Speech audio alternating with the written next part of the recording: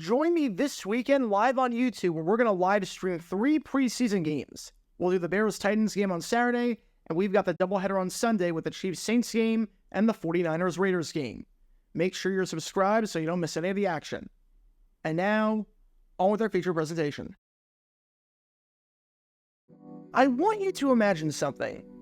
Suppose you're looking to buy some sort of product for your home, like, let's say, a couch. You've seen tons of commercials with this particular couch in it, and you think it looks really nice. Your friends have a similar couch, and the couch is super comfy for them, and they highly recommend that you get it. I mean, you need a new couch pretty badly, since your dog kind of ripped the cushions in the old one. So you order the couch, and you think, hey, what could possibly go wrong? It's going to come in like the pictures, it's going to be just as advertised, and it's going to solve all my problems with that area of the house. And then, you order the couch, and when it arrives, it is nothing at all like what it was advertised as. You thought you were getting one thing, but you ended up getting a completely different thing. And I don't mean that you thought it was going to be nice and comfy, but then you tried it out and realized that maybe this wasn't all that it was cracked up to be. I mean that the moment it arrived at your doorstep, you realized that you got scammed. Well, the player that you've been watching this whole time is running back Amos Marsh. And in the 1968 preseason, the Atlanta Falcons, desperately needing some help at the fullback position, traded for this man from the Detroit Lions, raving about the man and saying that he was probably going to be the answer to the problem. And then, literally the moment that he arrived, they realized before he even stepped onto the football field that this player was not all that he was cracked up to be. Not in the slightest bit. They thought they were getting Amos Marsh, and instead, they got a man who was technically named Amos Marsh, but didn't even look the slightest bit like him. It was a move where the Falcons realized right away, literally the moment that Marsh stepped foot in the city, that they screwed up. And it's a move that, more than half a century later, we're going to take a deep dive into today. Because this is the story behind what might just be, considering the circumstances, one of the craziest and most disappointing trades in the history of the Atlanta Falcons franchise. Before I talk about the trade in question and how it did not live up to Atlanta's expectations in the slightest bit, seeing as they got a completely different player than the one they were promised, we need some context to understand just who the man that you've been watching this whole time, Amos Marsh, is, and why the Falcons even coveted him in the first place. All things considered, Marsh had a highly successful career in the NFL, especially considering the fact that he was an undrafted free agent out of Oregon State who didn't get a look with any of the 280 picks in the draft that year. However, despite being undrafted, he outlasted a good chunk of them. And if he was drafted in that 1961 NFL draft, he would have had the 7th most rushing yards of anyone in that class. And there are some pretty good names in that class. Marsh stuck on for his first 4 seasons with the Dallas Cowboys, and during the 1962 season, he was actually one of the best players in all of football. In 1962, Marsh finished the season with 802 rushing yards, which was 7th in the NFL, and the 1-2 punch at running back of him and Don Perkins gave the Cowboys a dominant offense that finished 3rd in rushing yards, 2nd in yards per carry, and 2nd in points scored. On top of that, amongst all qualified players, Marsh actually led the NFL by averaging an astonishing 5.6 yards per carry, with those 802 yards coming on 144 carries. Add the 467 receiving yards to the mix, and he finished the season with 1,269 yards from scrimmage, which ranked 8th in the NFL. And if you add the 725 kick return yards that he had, which ranked 5th in the league, he ended the season with 1,998 all-purpose yards, which was the 2nd highest total in the NFL that season, as the only man to do better than him in that category was Timmy Brown of the Philadelphia Eagles. And after 4 seasons in Dallas, he found himself on the team that you've been watching him with this whole time, the Detroit Lions, who would be the final team that he would play for before the eventual trade to the Falcons that we're going to get to in just a bit. The good news during his time with the Lions was that he was still a pretty efficient player at his peak. Over his first 2 seasons with the team, he averaged 464 rushing yards and 4.5 rushing touchdowns per season, which was right in line with what he was doing in Dallas. And he played an absolutely critical part in Detroit's stunning tie over the Green Bay Packers to open up the 1967 season, when he had 18 carries for 86 yards and a touchdown, as the team salvaged something against all odds on the road against the 2-time defending NFL champion. The bad news was that after that game, he didn't really do much of anything. Part of that was the fact that he was slightly injured and didn't feel that good until the tail end of the year. Said Marsh, "I received a slight concussion in the second game of the season against the Cleveland Browns, got 4 teeth knocked out, and really wasn't the same until the end of the year."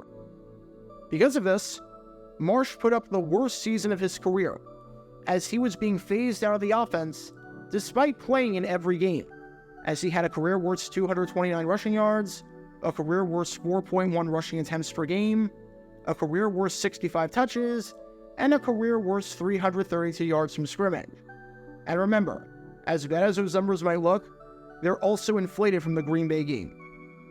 You also had a head coach who was there in 1967 in Joe Schmidt, who was not there when Marsh first started out with the team. And when you've got a new guy coming in, you've got to make a good impression. And Marsh didn't really do that.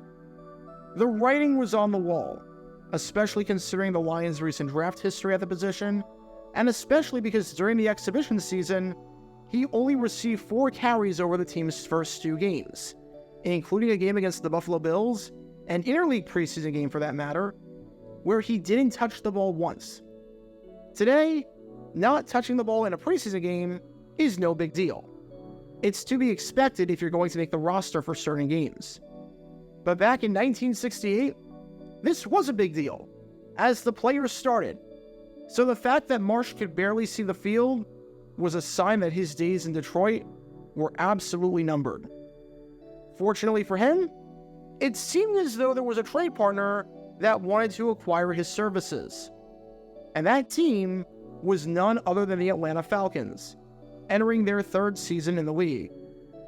Marsh was a pretty solid blocker, who, when he got the ball, didn't go down on first contact. He was never going to beat you with his breakaway speed, but he could turn a 3-yard run into a 5-yard run with a good second effort, and could provide some support in blocking. And considering the fact that the Falcons had one of the worst rushing attacks in all of football in 1967, finishing 13th out of 16 teams in rushing yards and dead last in rushing touchdowns, and considering the fact that they didn't really do a whole lot to address the position during the draft, seeing as they didn't spend a pick on a running back of any kind until the 6th round when they chose Jim Hagel out of SMU, a man who would never play in the NFL, it seemed like getting Amos Marsh to come to Atlanta was a good move. Get a veteran presence who's been around the block and knows what it's like. And the Falcons coveted Marsh very badly. They felt that he was the missing piece to improving their running game. So much so that when they traded for him and acquired him from the Lions, they gave up, according to some reports, a 3rd or a 4th round pick. That is pretty high draft capital for a 29-year-old running back who some would say is on the decline. But it's a price that the Falcons were willing to pay. Not only were the Falcons expecting him to start, but Norb Hecker, the head coach, said that this trade was absolutely necessary to make, saying, "We need a running fullback. Our current guys, Harry Lee Dunn and Jim Mankins, are both good blockers, but they both have been better as blockers than runners. Added Hecker, we need someone right now to help us at fullback. He is an experienced campaigner." In other words, Marsh was the missing piece to get a well-balanced option at the position, and the team had very high hopes for him. And to be fair, Marsh had high hopes as well, saying, "I know a lot of these guys. It's a young team, and I think it has a good chance to win this year. But I know they need some running back experience. You can't win with too many rookies, and I hope I can help the team. I'm going to do all I can to help make us a winner. However, while that was nice and all, there was just one small problem in Marsh's grand plan. There was just one teeny tiny problem that the Falcons didn't quite take into account. Because as it turned out, Marsh was significantly overweight. Turns out, he was kind of fat. The Falcons took one look at him and realized, oh crap, what the heck did we just do? Turns out, the guy they thought they traded for was Amos Marsh, the solid runner for the Cowboys and the Lions for most of the 1960s, and an undrafted gem. The guy that they ended up getting when he stepped foot in Atlanta was a guy who was well above his playing weight and weighed 236 pounds. Now, I want to give you some perspective on how heavy that is for a guy like Marsh, who is a running back. Marsh typically played at 218 pounds, so this was well over that mark by quite a few pounds. On top of that, let's look at the leading rushers in the NFL from 1967. I looked at the top 25 rushers from the 1967 season, which coincidentally is every player to have at least 350 rushing yards on the year. Not a single one of them weighed above 230 pounds. In fact, the only one to even weigh 230 was New York Giants running back Ernie Coy. But even that is disputed, because he probably played under that number, seeing as he lost 20 pounds the year before in 1966 due to a virus. The average weight of the top 25 runners in football was 212 pounds. Now, Marsh was not one of the top 25 runners in football. Far from it, in fact, seeing as he had his worst season as a pro. But ideally, the Falcons wanted him to be one of those guys, seeing as they traded a high draft pick for him according to some reporters, and seeing as they hailed him as the answer to their problems. So let's throw his weight in there just to see. And oh my goodness, that bar towers above everything else. It's 6 pounds heavier than the heaviest running back in the top 25. And again, that number is disputed, because Coy likely played that season somewhere around 220 due to a virus the previous year knocking his weight down a tad. Exclude Coy, and it's nearly 10 pounds heavier than the next closest running back or fullback. And it's a whopping 24 pounds above the league-wide average. And it's not like this posed some advantage to Marsh, where the heavier he was, the better he played. Again, when he was in Dallas and had his best seasons, he was somewhere in that 218-pound ballpark. This was well above his ideal playing weight. Now, you might be wondering why the Falcons didn't just cancel the trade with a failed physical designation, send him back to Detroit, try again to bolster up their running game, and get their draft pick back. And the reason for that is simple. They didn't do it because, wait a second, why didn't they do that? No, seriously, why didn't they designate him with a failed physical? The man was significantly over his playing weight and was clearly not going to be affected. Why not just cut your losses, get your pick back, and say that you didn't finalize the deal because he was fat? You know it's always a good sign when the first thing that head coach Norm Pecker says was, he needs to be in a little better shape. It's also a good sign when Falcon coaches saw him for the first time, they commented that he had the largest thighs they had seen on a football player. Considering the context of that, I don't think that's a compliment. And you know it's always an even better sign when the main headline in the Atlanta Constitution on his first day was, more trades likely. Marsh hits camp overweight. So just to recap, the Falcons trade for Amos Marsh, anoint him as the savior to the team's running game before he even steps foot in the city. And when he steps foot in the city, the team realizes that he is significantly overweight, to the point where he was not even close to the same player and would likely be highly ineffective and highly out of shape. Again, why they didn't just cancel this trade, I have no idea. But the Falcons were stuck with him. The man projected to be their starting fullback was significantly overweight to the point where, in that era, he could not be a starting fullback or even a rosterable player for that matter. Not at that position, and not for what he's asked to do. Good trade, Falcons. You really did your due diligence there. Shocker, Marsh got cut 10 days after the trade happened, so he was in Atlanta for no time whatsoever. And this likely won't come as a shock for most people, but Marsh never played another game in the NFL after this 1968 offseason. In fact, he never played another game in professional football ever again, as no team in the NFL, the AFL, the CFL, the Continental Football League, or any other league for that matter, really had a need for a running back approaching his 30s who was on the decline, who was well over his playing weight, as well as the recommended playing weight for running backs at the time. So much for saying before the start of the season that he was in the best shape of his life. Clearly, that was not the case, as this trade between the Falcons and the Lions, the two teams behind me, did not work out at all. Look, is this the most disastrous trade in Falcons history? Absolutely not. In the grand scheme of things, they didn't give up a whole lot. Is this the worst trade in Falcons history? Absolutely not.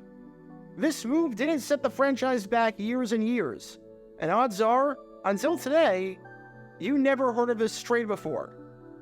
But might this be the most disappointing trade and the most misleading trade in Falcons history? You could absolutely make that argument, considering the fact that the Falcons thought they were getting a healthy runner, and they ended up getting a significantly overweight player who was so out of shape that he always had an uphill climb to make the roster. A far cry from what they thought he would be. One step into the facility, and the team knew they messed up, and had just essentially traded for damaged goods. Because during the 1968 offseason, when it came to trying to bolster up their running game and support in that area, this trade for Amos Marsh completely missed the mark.